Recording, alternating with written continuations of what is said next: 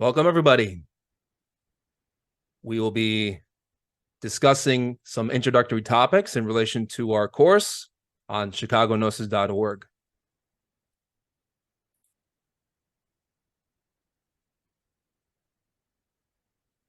As you can see from our turnout tonight, that this is a pretty compelling topic.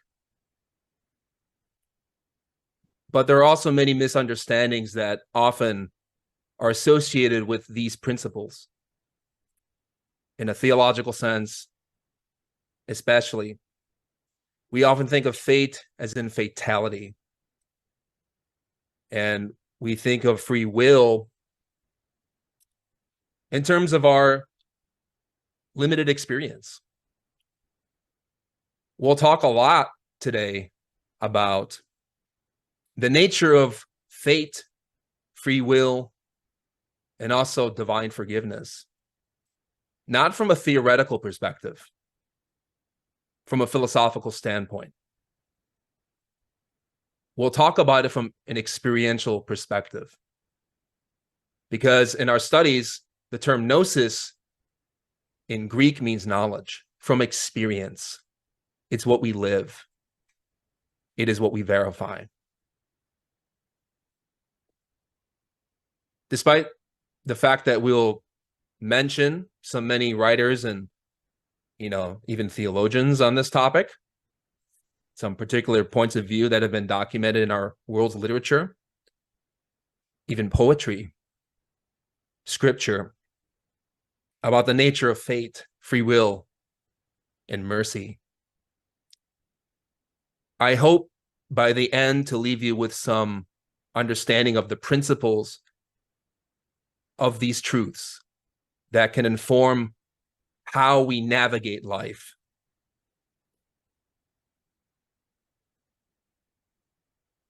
More importantly, these principles are practical. There's something that we can experience within our very being, within our consciousness, and not merely leave it as a theory, as a belief, something to uphold in the mind or conviction in the heart, but without evidence. So our focus today will talk about destiny.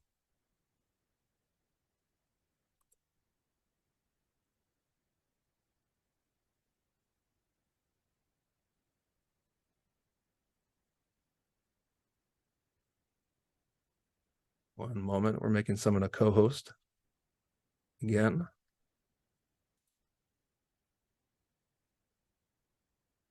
Our focus today is going to be precisely about some fundamental principles.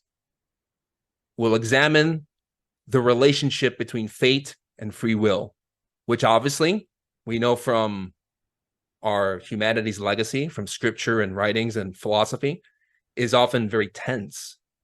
There's a nuance and dynamic relationship between the nature of destiny and also our agency. We'll also talk about the very famous term karma. We'll talk about its nature, its notoriety, right? Basically, in synthesis, we can say it's cause and effect, action and consequence. And we'll talk about the often misunderstood principle of spiritual action and also its results in our life. We'll also talk about grace from a divine perspective and the role of the human individual in developing a personal relationship with divinity. Also, it is about expanding our own agency, how we act, what we can do in the particulars and challenges of our own life. Lastly, we'll explain what real freedom is, what it means to have divine intercession, and also the famous term redemption from a psychological, from a spiritual perspective. Now, when we talk about destiny, we talk about divine law. We talk about realities that are beyond belief, not in the superstitious sense, but realities that are eternal, that belong to nature, to the cosmos, to the individual. When we talk about divine law, we mean precisely in the same way we talk about gravity. There are laws that govern nature, the universe, and also our psychology. There are laws that relate to how divinity acts within humanity, within all the infinite and the many infinites.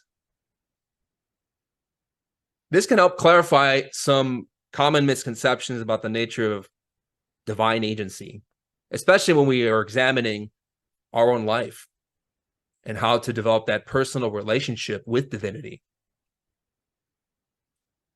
That knowledge of experience of the truth is Gnosis, the Greek term for divine wisdom, what we live. And when we experience what divinity is, such as through practice like meditation and awakening in dreams, we perceive that there are laws that operate within divine reality and divine realms. They are profound and eternal. They do not waver. They do not conform to our prejudices, our preconceptions, what we want. They simply are. And in the same way that these laws exist in terms of how we can, navigate life, or in the sense of gravity, how we exist in this world, there are laws that once fulfilled within our consciousness, within our practice, within our efforts, they result in the fruition of divine experience, a deeper connection with profound divine states like compassion, altruism, faith, which is knowledge from experience, real love, real patience. These are psychological and spiritual qualities that resonate with higher principles. And so these laws, really, the divine law in itself, is precisely what any spiritual seeker strives towards in any religion, no matter what culture or creed. And it is in aspiring towards higher laws that we seek to change our own mistaken ways of being. Now, in the West, we have a common misconception that divinity somehow, in a sense, can basically do what he wants or do what she wants, depending on the tradition, Eastern or Western. But the reality is that even divinity obeys the laws set forth within higher regions of nature, higher ways of being.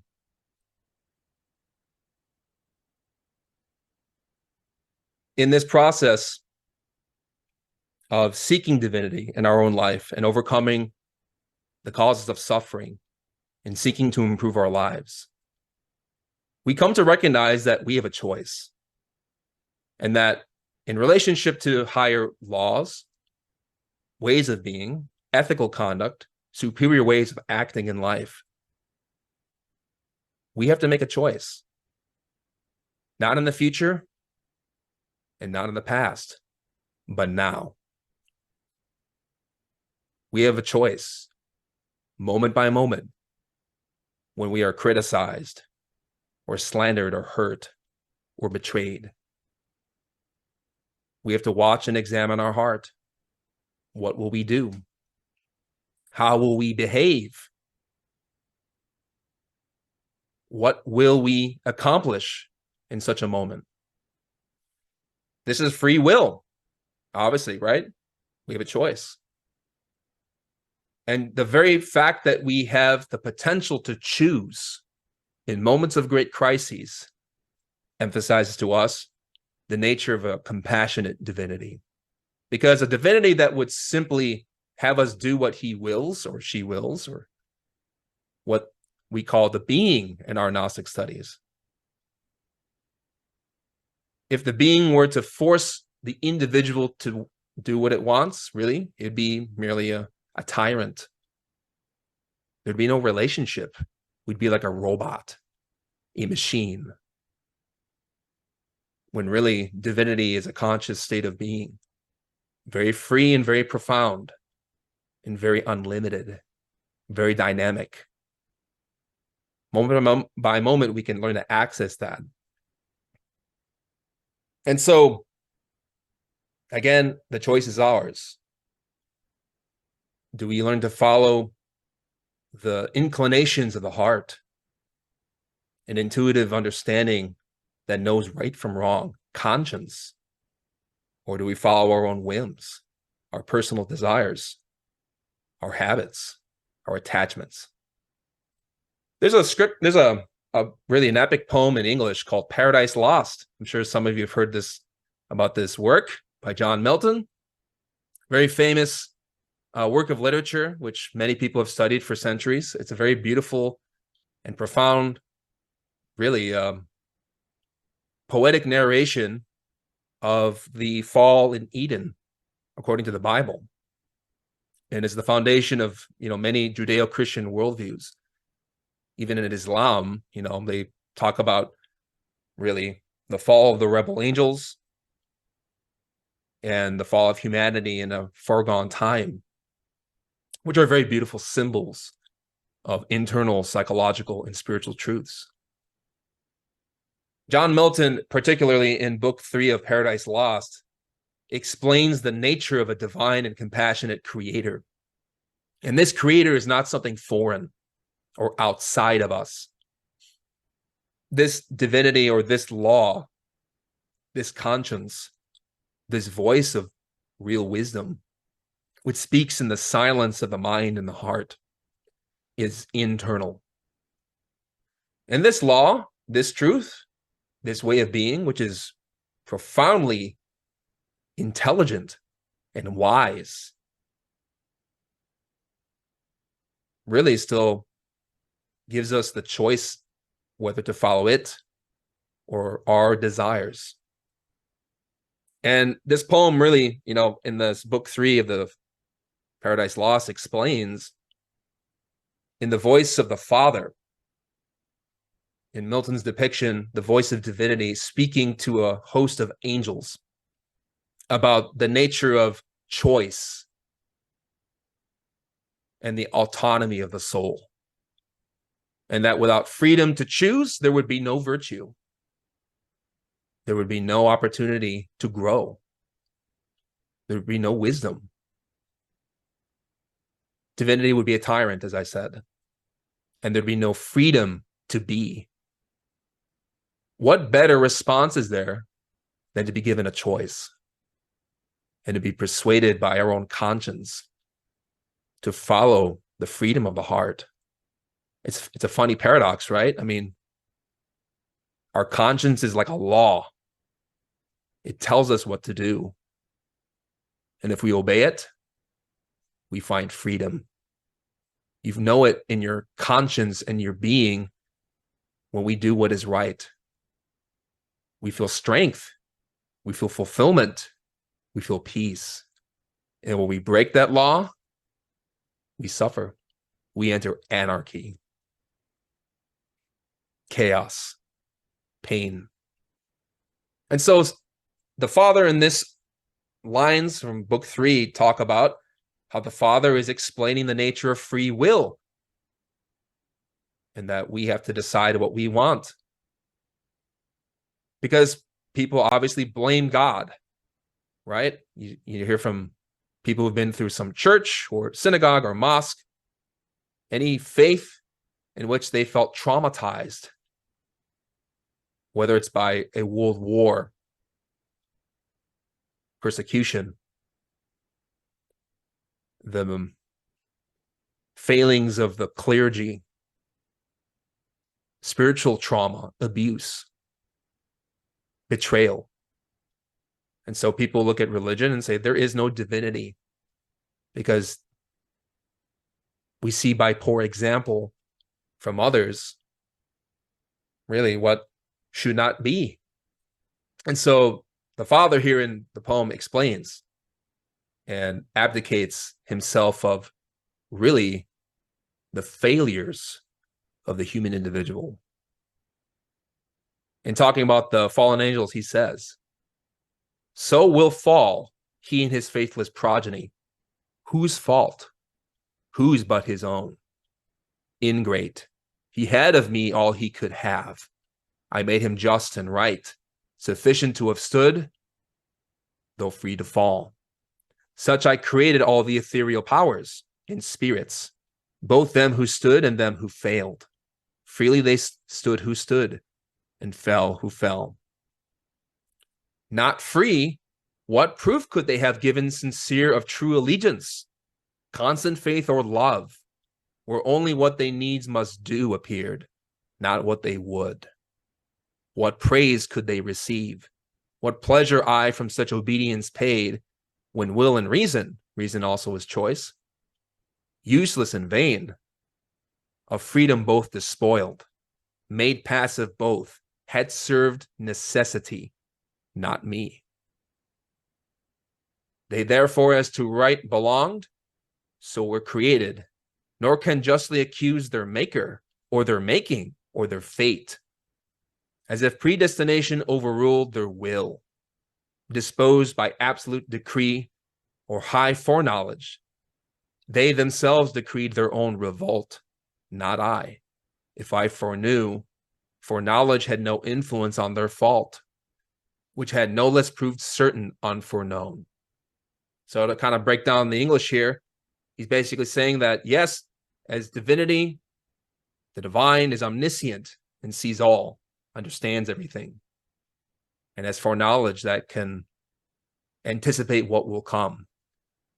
But despite knowing what will happen, in a sense, divinity says, you have a choice. You have your will. And real growth occurs when we align our will with divinity willingly, voluntarily in our life.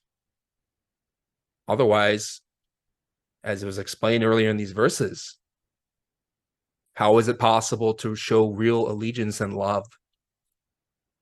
Love does not grow under the whip. One has to be willingly devoted to our inner divinity.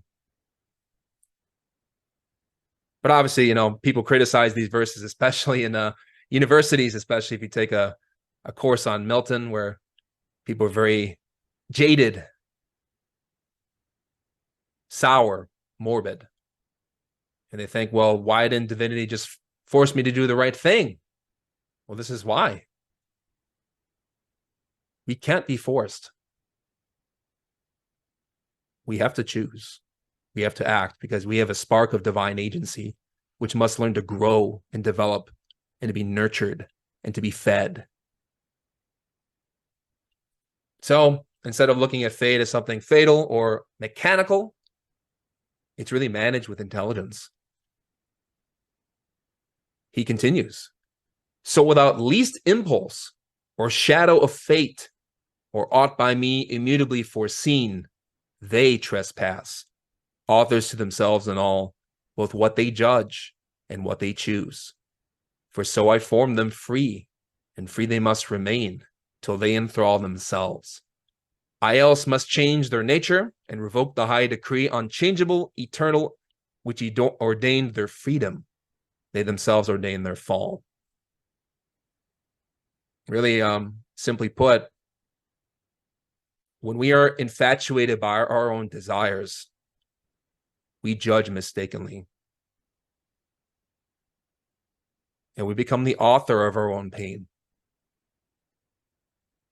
But we have the potential, the freedom, until we enthrall ourselves. We become hypnotized by what we want a priori, our prejudices, our attitudes, our appetites, our desires.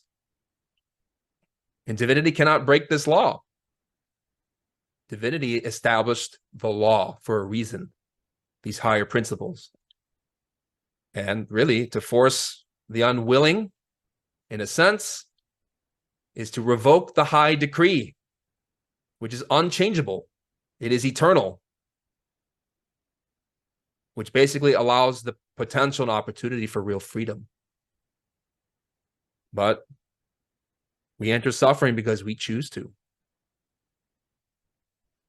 So in a practical sense, we can relate this all to what is known as the fates, according to the Greek myths. We have 3 women who are symbols of divine law. We have Clotho the spinner, Lachesis the allotter, Atropos the unturning. Often people or the fates are associated with these women or female figures who operate who spin yarn, and that this thread is a life of individual beings. Even the gods are measured by the fates, and this is very interesting. So in the myth, you have Clotho who spins the yarn, Lachesis who measures the length of the thread, and Atropos who cuts. And this is a symbol of a person's lifespan. We obviously have a measurement of life in terms of the length of the cloth, and the cutting is death. Now, in the myth, it's often related that Zeus is the only one who sometimes has the same authority as the fates, but all the other gods are subjected to these 3 women. This is very profound and corroborates what Milton taught. Divinity cannot break his own laws and operates in accordance with cause and effect. It is by understanding cause and effect, how our actions produce our life, where we can develop real wisdom, in which we can consciously manage our situation. And rather than suffer the slings and arrows of outrageous fortune, to quote Hamlet, we can take arms against a sea of troubles, and by opposing, end them. We do so with intelligence. We take advantage of our life, and we learn to operate under a higher law. Now, what's interesting is that these fates, these women, represent divine intelligence. The fates are not some arbitrary dispenser of blind justice, and that they're simply choosing willy-nilly, in a metaphorical sense, who lives and who dies at a certain time. Really, and this is a very complex issue, these things are governed by intelligence, with wisdom.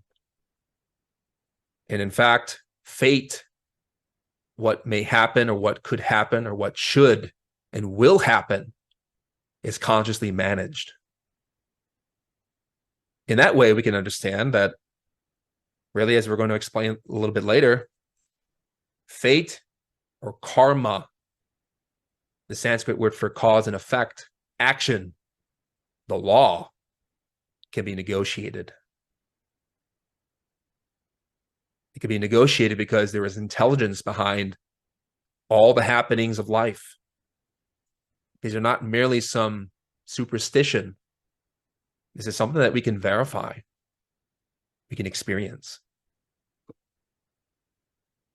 Now, in really the plethora of events in our life, really we are faced with a lot of options, right? We have challenges and ordeals and crises, even maybe at our job, maybe in our marriage, maybe in our career, with our family, with friends. There's a sea of potential. And all this is symbolized in the 69th arcanum of the Eternal Tarot.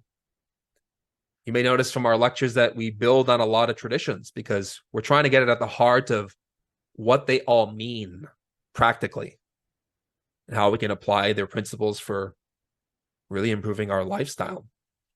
So the tarot are often depicted as Egyptian symbols, cards, right? I mean, fortune tellers, we have unfortunately a abuse of the tradition that, historically has been passed on in terms of, fortune tellers and all that. But really, as we see here from the Eternal Tarot deck, available through Glory and Publishing, we have art and iconography, which is very beautiful and profound and relates to the notion of fate. So, as you see in this image, we have a male figure in a kind of a tunic or a cloth, holding his hand over his eyes, and he's trying to feel his way blindly. This is us. In our life, we may feel blind. We may not know divinity.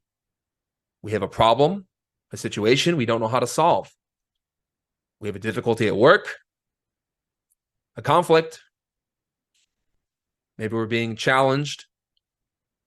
We feel lost.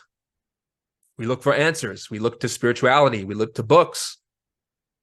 We look to scriptures to teach us how to resolve the problems of daily living.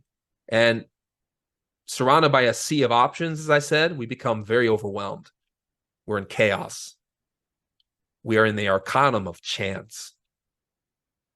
However, what's very beautiful about this image is that you see the Egyptian goddess Nut reclining over the initiate or disciple. She is a representation of the divine feminine, or the divine mother of all religions. You can call her Athena, Diana, Shekinah, Kundalini. She has many names. Miriam, Mary. She's not something outside of us. She is inside our heart. She is the divine presence or intelligence of our conscience, who guides us through the heart. And as we walk blindly, she still protects her child. She protects her child as he or she wanders, trying to feel for a solution. So the question is, how do we face potential? This card has some very interesting explanations that are pertinent to this discussion. So every arcanum, or law, better said, is the Latin term for, these higher realities, divine law. Arcana means plural for laws themselves.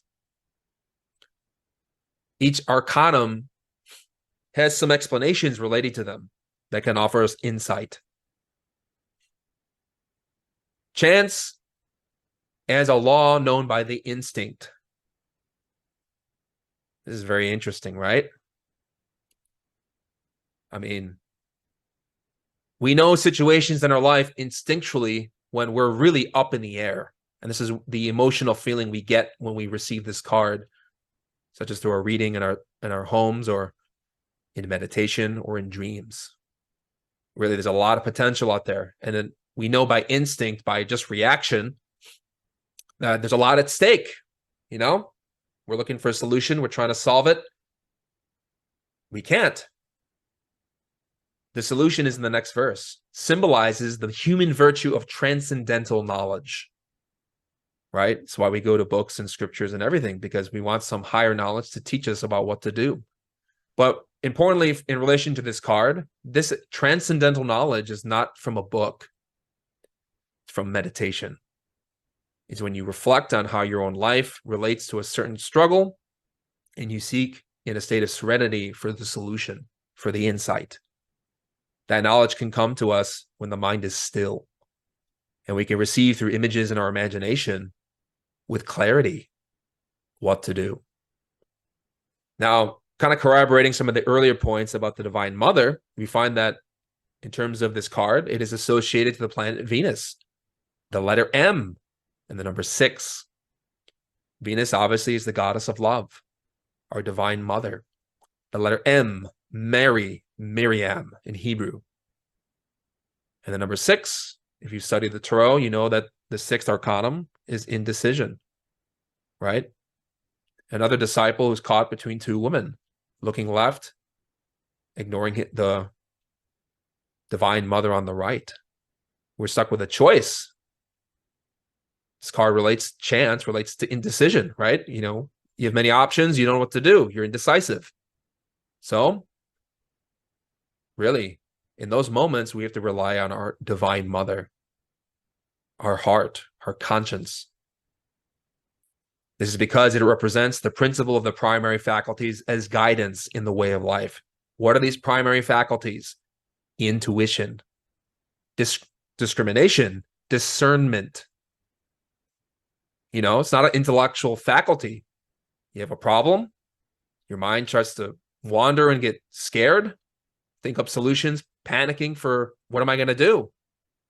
How do I solve this? The intellect is not a primary faculty. It's not the most important. The heart is more important. The heart can resolve problems easily if we calm the mind and if we listen and wait. This is because in relation to the transcendental axiom, this law of this arcanum, cause and effect is certain. What we do will have consequences, and those consequences will have later causes. As it says here, there is a fruit in any labor, and there is a labor in any fruit. So the chance is, we may make a mistake, but the real labor is following our heart.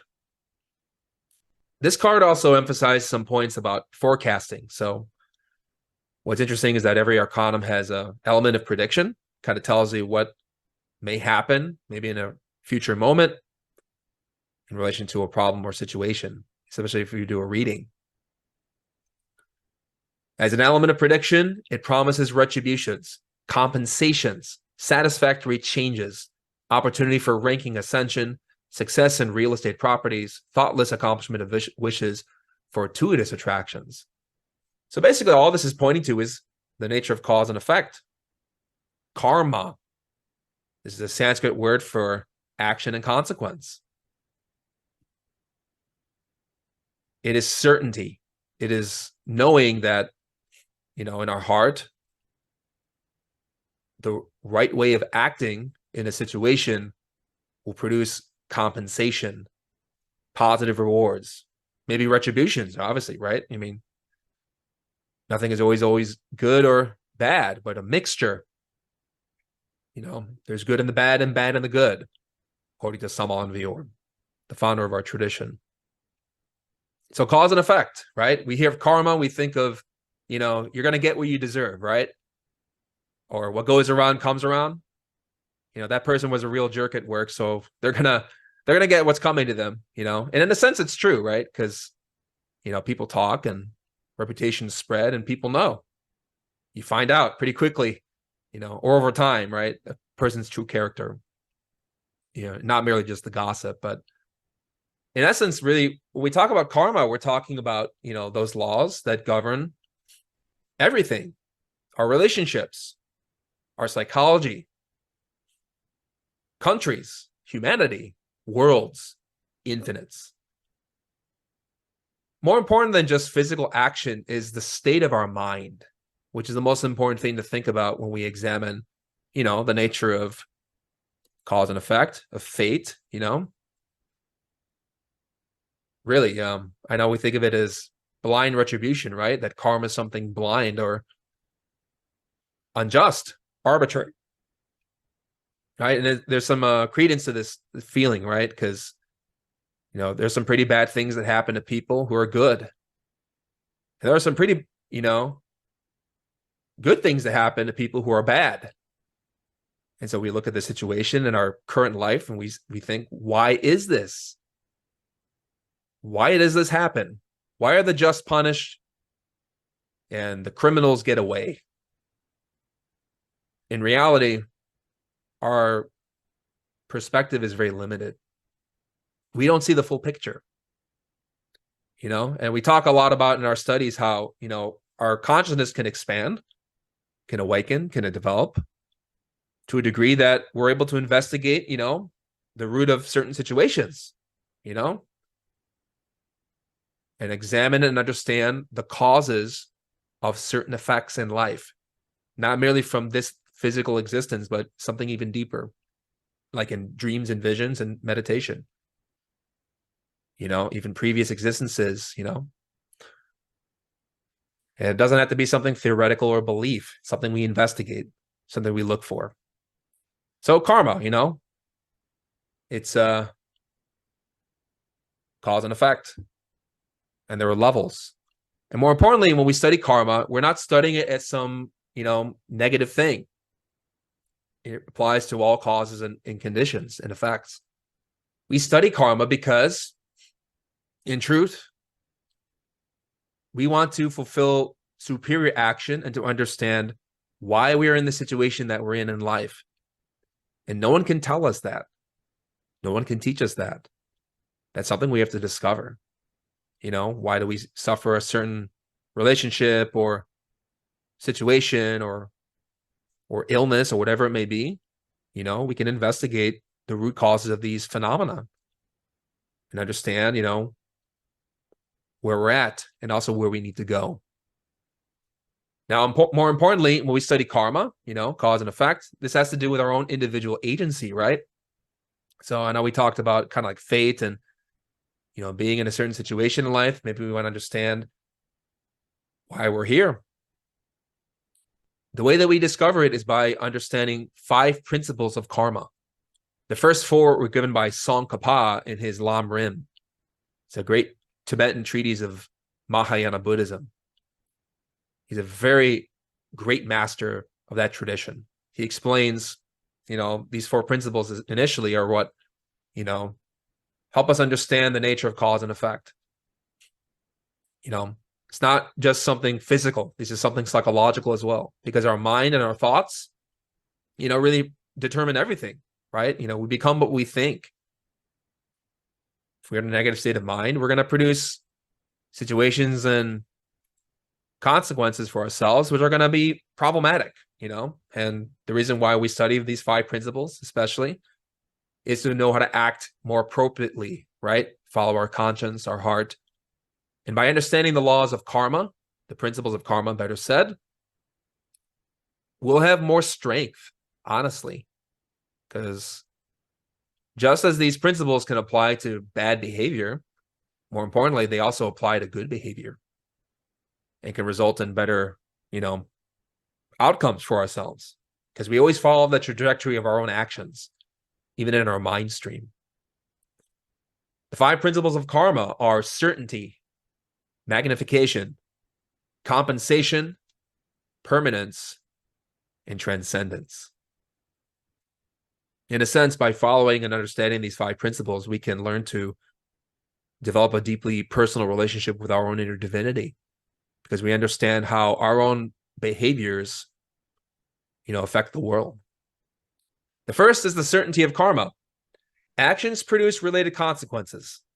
We have an image here of a, dominoes effect, right? In a sense, you knock over the domino or, it's going to fall and hit the others. Likewise, we know if we get angry at someone, we're probably going to make them angry, right? We know this, but, do we understand that it's wrong? We may know to a degree, right? Intellectually, we tell ourselves, yeah, really should have not said that negative thing to my family member or spouse, right? We may feel a tinge of remorse. Cause and effect is certain. Most likely you punch someone, you're going to get hit, you're going to get punched back, in a very basic level, right? It's certain. What we don't understand in our depths is how certain psychological behaviors are going to produce consequences for ourselves. If we understood, then we wouldn't do it. You'd comprehend it. This is not knowing. Knowing something is wrong. An alcoholic can know that their addiction is bad, but continue to be an addict, right? Knowledge is very superficial. It's of the intellect. The mind may know something is wrong, may label it, may theorize. But if the heart isn't in it, there's no understanding. And then, we continue to do things that are harmful. Maybe we don't feel the results of our actions in this life, but we will feel it. Karma is certain. It's like an imprint in the film of nature. Think of life as like, In a sense, you may have heard of kind of a new agey concept of what is it? The Akashic records, right? Some of you may have heard of this. How every action in life is recorded in higher realities or higher dimensions. We've talked about some of this in our Dream Yoga course. The Quran talks about how every action will be written in a book. It's the same metaphor, that divinity sees all action and that our actions will produce consequences. Maybe not immediately, but it will come to fruition at some point. And if we wish to cultivate a psychological space of serenity, we should learn to stop performing harmful actions, because karma is certain. There are effects. We don't live in a bubble where we can think and feel whatever we want. We affect everyone. You know this when you go to a meeting or you're talking with someone and they're angry. They may not say anything, but you feel it. So think of this: certainty of karma. Cause and effect is certain.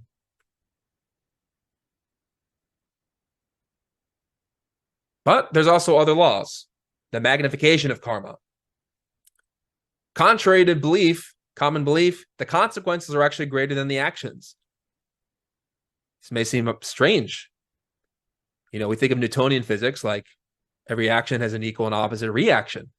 But the truth is that every action is magnified in nature. Think of it like dropping a stone in a lake.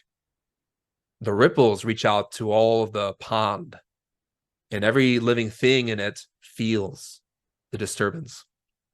In the same way, you know, you have a politician or an angry person gets on a podium and speaks very negative things.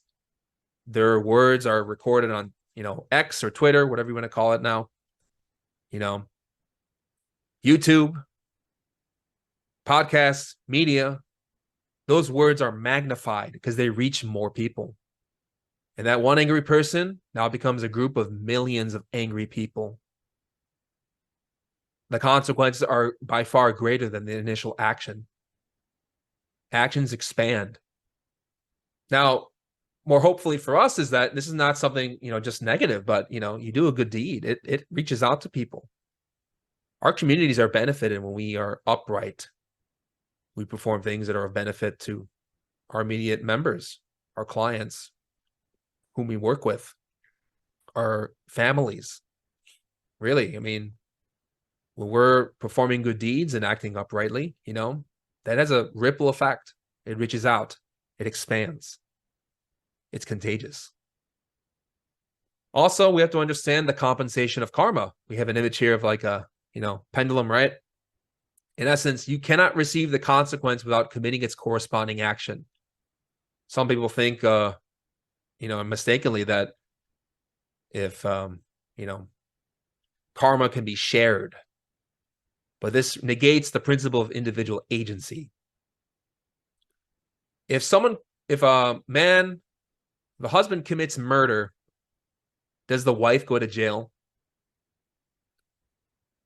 You know, it's like other people can't pay our karma for us. It's something individual, really, strictly speaking, in a fundamental sense. You know, other people cannot basically pay our karma for us. We have to do so willingly. We cannot receive the consequence without committing its action. You know, it's like you hit a pendulum, right? It goes back and forth in the sense that we propel the action comes back to us. And it's very important to understand this principle because, you know, I know some traditions teach that other people or someone else can save us. This is very much a Christian dispensation. But in reality, no one can save us but our own actions. We have to fulfill the necessary requisite causes for our own redemption, for our own change. Our own inner divinity, represented as symbolized by Christ, can save us, but not any outside person, inside. We have to fulfill the law because we are compensated based on our actions. If we do it, we will reap the benefit. If we don't, only we suffer the consequences. But obviously we can, bring others down in the meantime, if we're really, really quite sour, morbid. Also, karma is permanent. Once an action is performed, the consequence cannot be erased. This has both good and bad connotations. You can't take back a bullet. You fired the gun. You can't take it back. Likewise, a negative word cannot be retracted or redacted. If we do something wrong, we have to suffer the consequences. It's permanent. You can't forget it. Maybe you do forget it, but in a sense, you can't erase it. It happened. This should give us pause. What actions on our part are we willing to live with? Really, should we live with the consequences of saying a hurtful thing to the people we love? Or should we be patient, understand our own agitation, and seek to be the best person we can, promote the well-being of our community, of our loved ones? However, this also has a positive connotation too, because, you do a good deed, really, it's permanent. People will remember. People always remember the person who is kind, who is altruistic, who is patient, who is giving consistently. That's permanent. You cannot erase those consequences, unless you really work hard at, going against that. More importantly, to go beyond Tsongkhapa's explanations about karma, we have a fifth principle that is related to us by Samal Vior, especially in his book, Tarot and Kabbalah. He explained that a superior action overcomes an inferior one. This is very beautiful and profound. Given that karma is permanent, it might seem fatal. Like you do something wrong, you can't erase it. I mean, you can't take it back, but in a sense, there is redemption within the law. A superior way of being always overcomes an inferior one. Say, for example, you hurt someone with your speech. Later, you're genuine, you have remorse, you go back and you apologize. And not only that, you do something good for that person. You act for their benefit. You're really repentant. And you mend the relationship. You heal it. You make it grow. And someone who was once an enemy can really become a friend. This is the real meaning behind Christian transcendence or redemption. And this is an action that is really, represented within all religions, but we find especially and beautifully represented by Jesus, how a superior law can overcome an inferior one. An eye for an eye is replaced with mercy. In a sense, we all need this because, we have many faults. We need a higher power and a higher principle to guide us. That superior action comes from within the heart, when our own inner divinity is expressing through us. When we empty our mind and our heart, our preconceptions, our appetites, our desires, and become still, even if but for a moment, in which the real being can express the real power of divinity. And that is the power of transcendence. Because our own inner divinity, our own conscience knows how to act and even to mend our mistakes. So there is a higher law. And it is this higher law that guides us, when we're trying to change. So here we have an image of St. Paul and St. James. They have very different perspectives that we're going to synthesize here. Both are right. But unfortunately, within some Christian denominations, there's a great argument about whether or not one is saved just by grace or is saved just by works. In truth, we need both. And it's a very interesting interplay of principles that is something we can only verify through our own practice. So I believe James said that really, we have to do certain works. There's cause and effect, there's karma. We have to put certain causes in action that are going to produce the changes that we want. And that mere belief without the fruit of effort is dead. As he says, for as the body apart from the spirit is dead, so also faith apart from works is dead. So here he means belief, just thinking a tradition or, scripture is true, but not really living it within the heart. And if we don't act upon what we learn or study or meditate upon, our spirituality is ineffective. It doesn't produce anything. That's the measurement.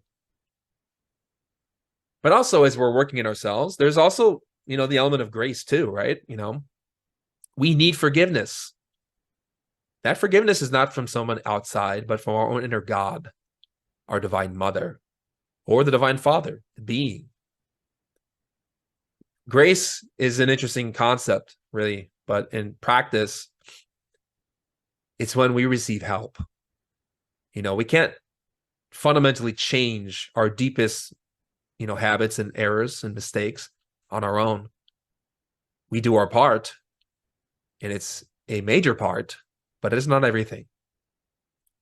We need grace, we need blessings from our own inner being, strength within our heart, guidance, insight. That grace often comes in the form of dreams.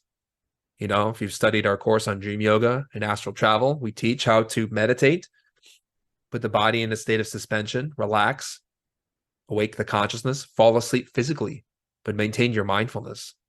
And then in the screen of your imagination, you start to see images. You start to dream, but consciously.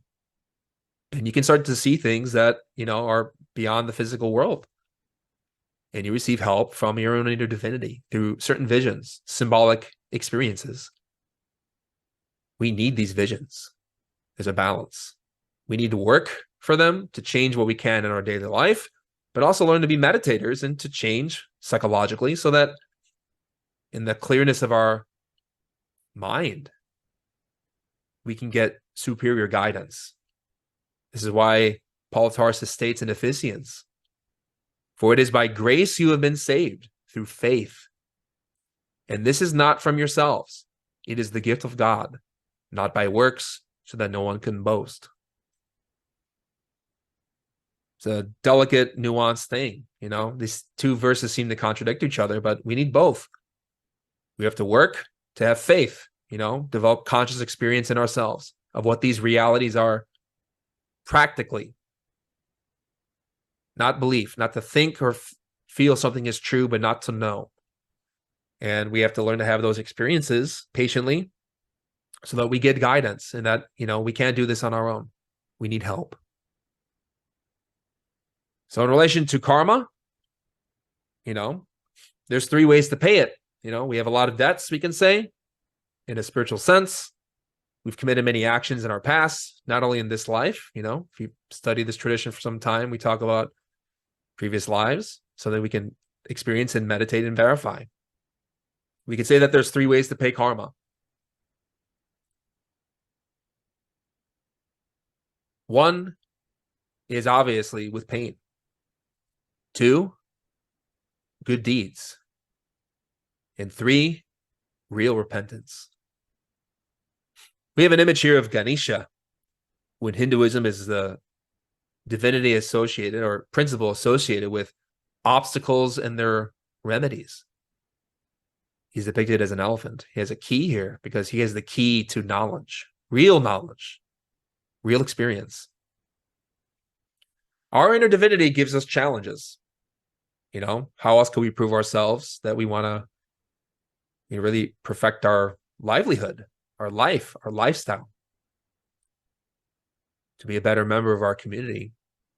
But also, divinity provides the solutions, right? So Ganesha is both obstacle giver and solution giver. That's the role of divinity, to teach us how to grow. We need challenges so that we see our own mistakes that we created so that we can change them. This is a gift from divinity.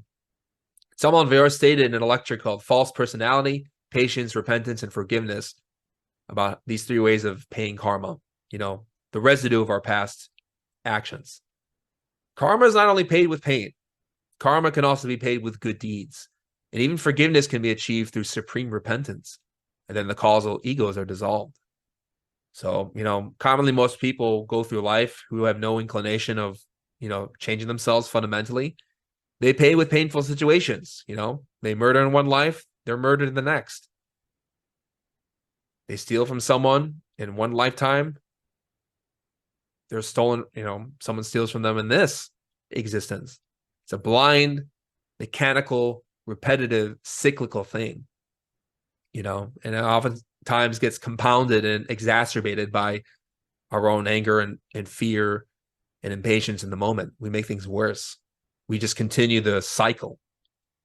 However, as I was explaining earlier, with the transcendence of karma, karma can also be paid with good deeds.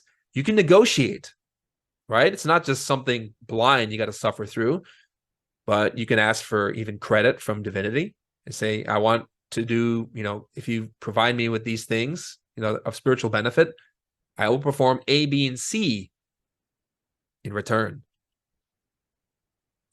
And doing good deeds, in a sense, offers us credit. It's like a bank. You pay off your debts, you're relieved. Pretty sure people who've had college debt feel the same way, but, in a sense, in a spiritual sense, it's the same thing. We pay our karma with good deeds. Lastly, you can even pay karma with eliminating the defects that are related with the crime, or the error. In a sense, if you really comprehend and disintegrate, anger, for example, that caused a certain marital problem in a past life or current situation, you don't have to face the karma of it. What would happen if that anger continued to live like a demon, feeding off our own mistakes. There's a way to repent, and that's, comprehending and eliminating our errors, psychologically speaking. We call them egos, defects, vices, desires. In a deep sense, when the causes of those egos are eliminated, you have real peace. That's another way. So there's 3 ways in synthesis. That way, if you pay your debts, it's like, in a sense, we develop a more personal relationship with divinity who manages all of that. So some question people might have asked in the past is, how much free will do we really have? It is a bit dark, honestly. Salman Vera mentions that 97% of our consciousness tends to be trapped, conditioned within elements like anger and pride and fear. And the best part of us is, in a sleeping state, inactive, trapped, conditioned. Every defect, like anger or pride or fear, is a cage. It traps us in that habit and processes the consciousness in accordance with that condition. So the consciousness trapped in anger will only act with anger, pride with pride, fear with fear. And because those desires are so strong, we just tend to repeat them. 97% of our mind is like that. There's very little of us that is free still. We say that there's 3% consciousness that is not yet trapped with an ego. And this might seem very daunting and, pessimistic. It is a very dark thing. But look at the story of David and Goliath in the Bible. David, the free consciousness, with a stone and his faith, killed a giant, killed his desires, his defects, conquered himself in battle. It can be done. But, we have to learn to activate the will that we still have, the free will left in our disposal, to be able to act on the conditioned consciousness and liberate what's trapped there, so that we expand and grow and develop the capacity to act freely more and more. Salman Vera kind of emphasizes these points in, or the reality of our situation here, in a talk on the mysteries of life and death. There is a small space of free will, but it is very small. Imagine for a moment a violin inside its case. There's very little space for that violin to move around. That is like the space our free will has to move in, which is almost nothing. So there's only a small space for free will, almost imperceptible. Yet if we know how to use it, then it is possible for us to transform ourselves radically and become liberated from the law of recurrence. But it is necessary to know how to take advantage of it. How? The solution is to study our psychology and to understand the dynamics of karma. So if we wish to develop a more personal relationship with our own inner divinity, to expand our potential of free will, to liberate the consciousness, to free ourselves from suffering, we can study two works: Treatise of Revolutionary Psychology by Samal Vior, and the book Karma's Negotiable, Destiny and the Divine Power of Love, available on Glorian Publishing. These two books will provide a basis for, first, examining our own situations in life, understanding in us what part of us is free and what can change. These books are very radical in the sense that they offer a practical basis for approaching, the problems of life, so that, by learning to endure the, challenges of our current existence, and by learning to respond to them with efficacy, with ethics, with love, with understanding, we can make great changes, and produce causes that are going to be beneficial for us and others in a deep and lasting way.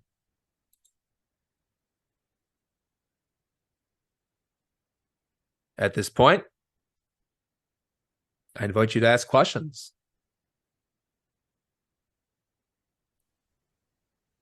Hi there. Thank Hello. you. You're welcome. Hi. My question is, when we are exercising, making the decisions that you talked about earlier in the lecture, would that be us working with some of that 3% willpower and engaging with that? Does that make sense? Yes. So basically, really the most fundamental practice we use is meditation. There's a specific meditation that, we teach from books like Revolution of the Dialectic, especially by Samal Vior. It's called retrospection meditation, or blue time or rest therapeutics, more specifically. In the practice, as we're observing ourselves throughout the day, we're watching our mind, examining our heart, looking at our actions, not just physically, but in a psychological sense. We're gathering data about our own defects. We watch ourselves. As we're acquiring data about our own habits of mind, we learn to sit down, we relax, calm the mind, calm the body, and call upon the screen of your awareness the events of the day. You try to imagine what you saw, what you thought, what you felt. The purpose is not to just relive the experience and get sucked in, right? Not to get angry or upset with a situation, but to watch it dispassionately.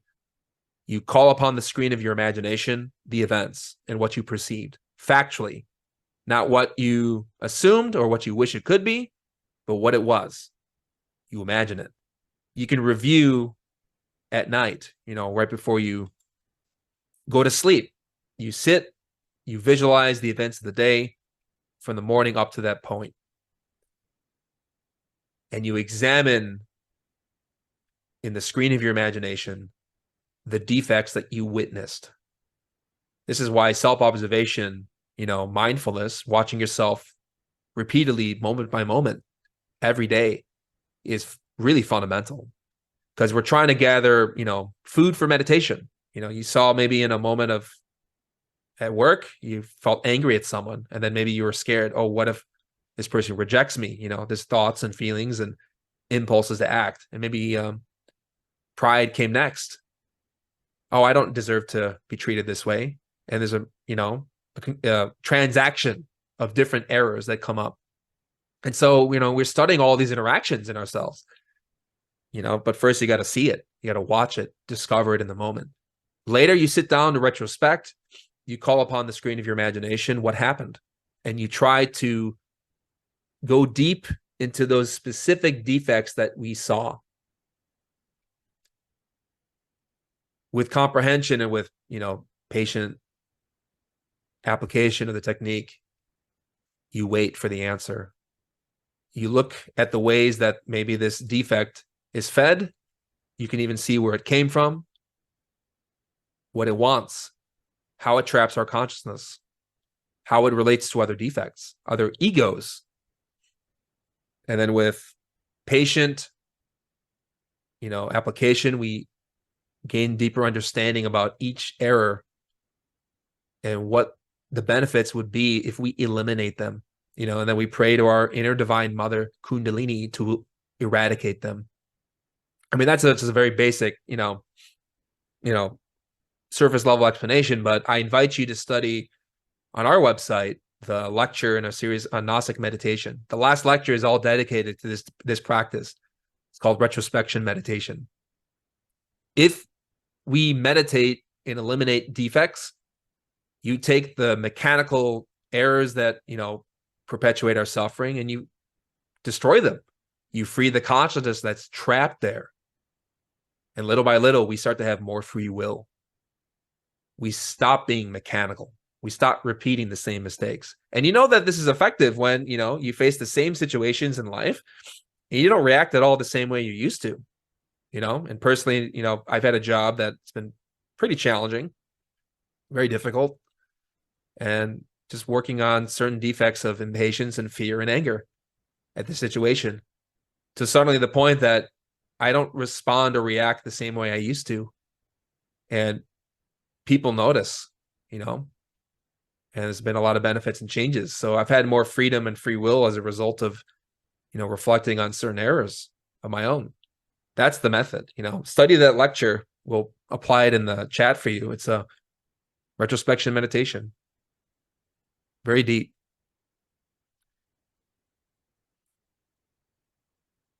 Hope that answers your question. Thank you so much. Wonderful. Yeah. You're welcome.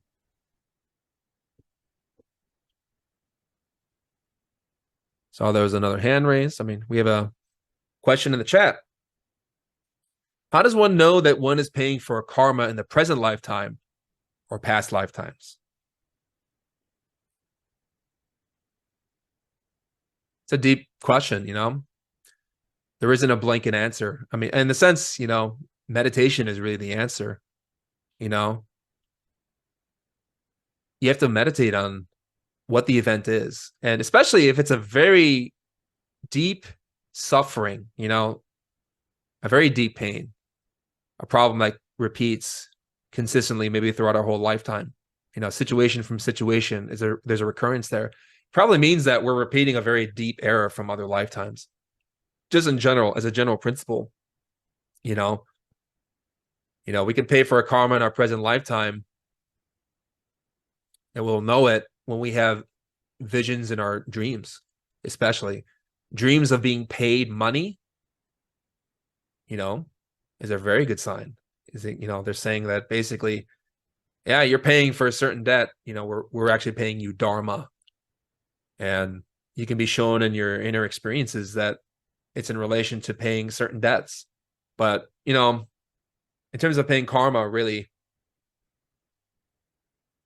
I'd say that the deeper the problem, the recurrence, it's something common that happens all the time in, certain avenues of life.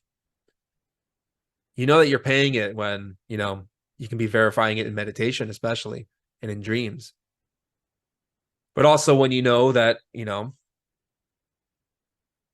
life is changing. Especially if it's very deep, that if it's from past lifetimes, you'll know it when, if it's very influential, there's some situations in our lives that are just, like maybe someone has a problem with money, or someone has a problem with, being angry, and maybe that's their chief defect, chief characteristic. Some of us have certain defects which are very deeply ingrained with karmic debts, and we tend to repeat those the most.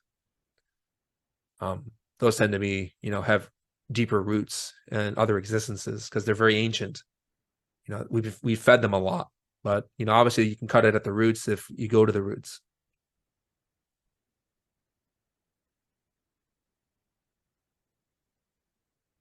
We have a question. Can someone stop being reincarnated to get out of the whole karma thing? Right? Would be the nice answer to simply get away from it all. Yeah. We study an image called the Tree of Life. Many of you may be familiar with this.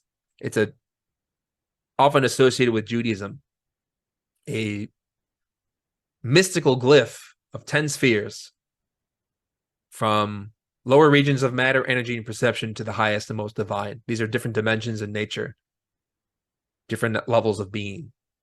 In a sense, the higher you go, the more divine realities you reach, and the less complexity and suffering there is. In a sense, the further up you go, the more aligned with divine law you are, and there's less suffering as a result of karma, less laws. Now, the ultimate goal of our studies is eventually to pay everything we owe. That's the ultimate optimal way of being, but it's also very difficult to do. It would be nice to, kind of retire from life if you could, get out of suffering, but for a little bit. There are spiritual paths that teach that. There's some yogis and practitioners who learn to meditate to the point that, and practice to the point that they enter nirvana, higher dimension, and then they choose not to reincarnate, because they want to enjoy that level of nature, which is very pure and divine. We call it the spiral path. But yeah, it's possible. There's some, beings who can learn to develop themselves to a point that rising up the tree of life into higher dimensions, that they learn to stay there, and they may choose to incarnate when they want. But usually it's also, temporary, because in a sense, you cannot escape karma. There may be a temporary pause and, suffering because you reach elevated states of being. But really, the only way to get out of karma, meaning to pay all your karma, is to really willingly pay it all. We call that the path of the bodhisattva. It's the path taken by masters like Jesus of Nazareth, Padmasambhava, Buddha, Moses, Krishna. It's a very difficult path because, one has to pay all their debts in one life. It's very intense. And when that karma is paid, you can go higher and higher and leave behind the world of pain. But in a sense, even the gods cannot escape karma. There's cause and effect, even in the higher regions of divinity. It's just different, because it's for gods. We're not at that level, so we're here. We have to work with where we're at, and not to avoid it, run away from it. It's better to pay it, consciously. And, when you pay it, you don't suffer anymore. But also, it's, could be suffering in the beginning because you take it on voluntarily, and it's a challenge. But, it's a delicate thing.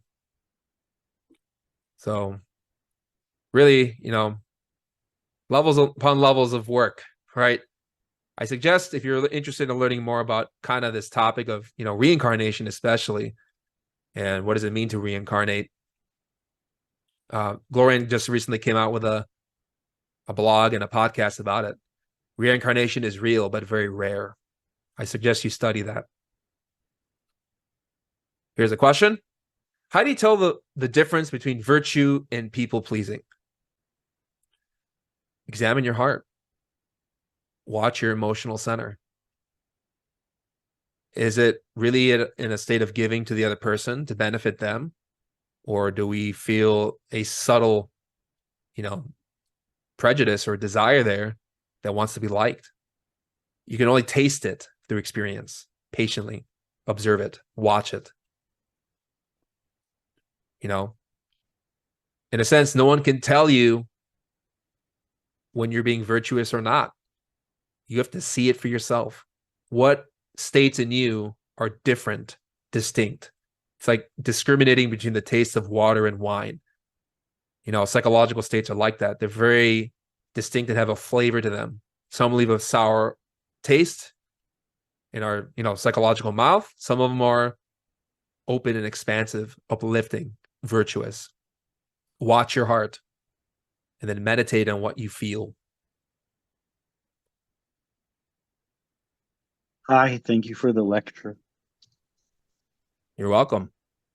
I had two questions, both related to the fates. Should I just ask them together? Would that be preferable, or should I ask one at a time? I'd say one at a time, maybe. That might be helpful. Okay.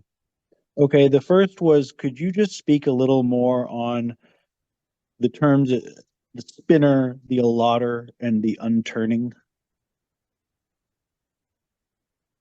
Yeah, so the As three fates, were related to sometimes denominated as past, present, and future. Or I believe the Nordic Norns are often associated with the three fates, in terms of our our lifespan, our life, and the moment of death.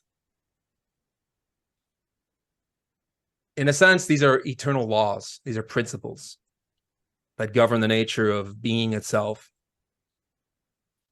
Even Richard Wagner in his Das Rheingold, emphasized, the nature of these three principles and that they govern the life of any individual and also any initiate who is working in, the spiritual path itself. More basically, the three fates can apply to our own individual life. In a sense, we say that some parts of our life are predetermined. Things will happen in our lifetime that must happen because we set the causes and conditions for them, and that they're going to come to fruition at some point. How we negotiate with it in the present is up to us. It's up to our, our mind, the choices we make, what free will we apply.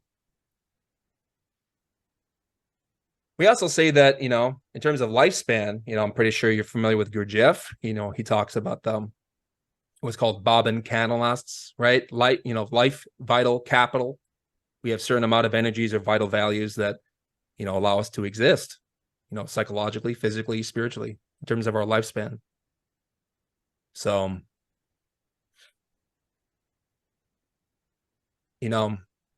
we can live short lives because we waste our energy, right? Or we can live long lives because we save it in a basic fundamental sense. In a sense, that's a negotiation we make by living an ethical lifestyle. And that can prolong our life. And, maybe we're perchance going to die at a certain time due to our former actions. And yet by living an ethical way of being, we prolong our life. Especially through the practices that we've been teaching, especially, in relation to the vital energy, the creative energy itself, like the pranayama and in the perfect matrimony. And then, it's a process. You negotiate it in terms of what actions we fulfill now to procure a better future. That can also relate to the three fates. Sure. Okay, thank you. That gives some good insight.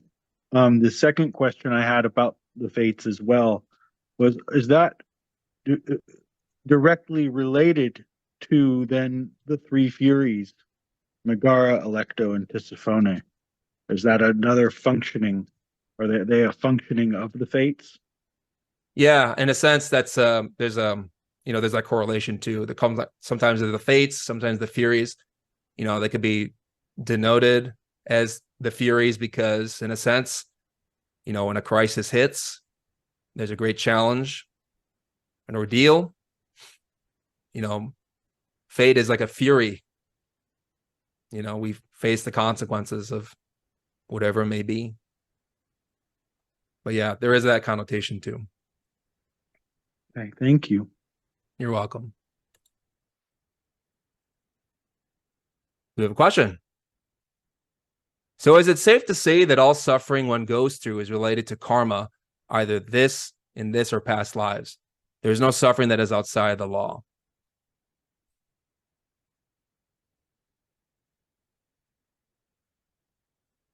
So, yeah, some situations are the recurrence of previous states. That's something you have to investigate in yourself, especially through meditation and dreams. And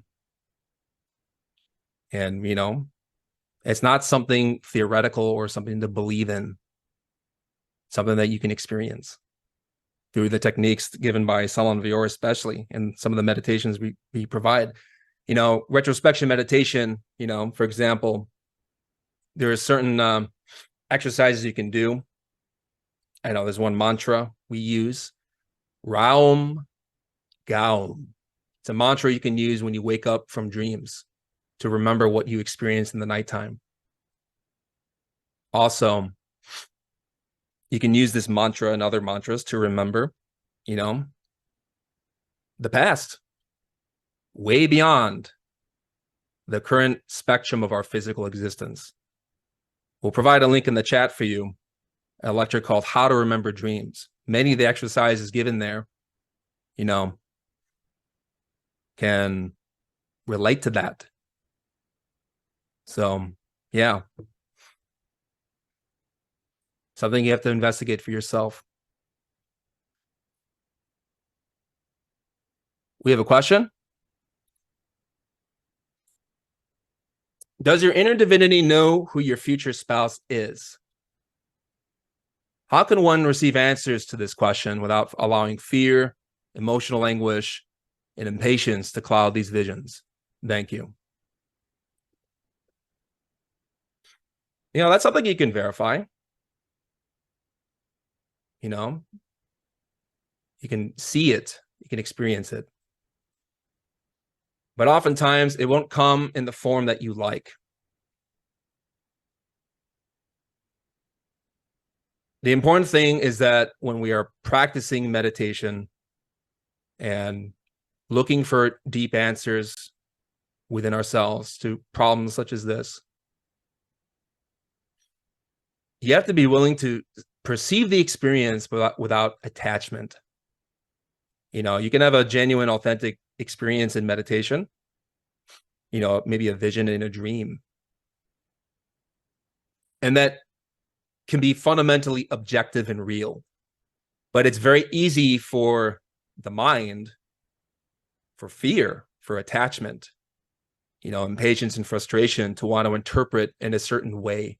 And there's a very delicate balance to be reached, in terms of opening up to that experience, but also knowing how to interpret it, with clarity, without prejudgment, without assumption.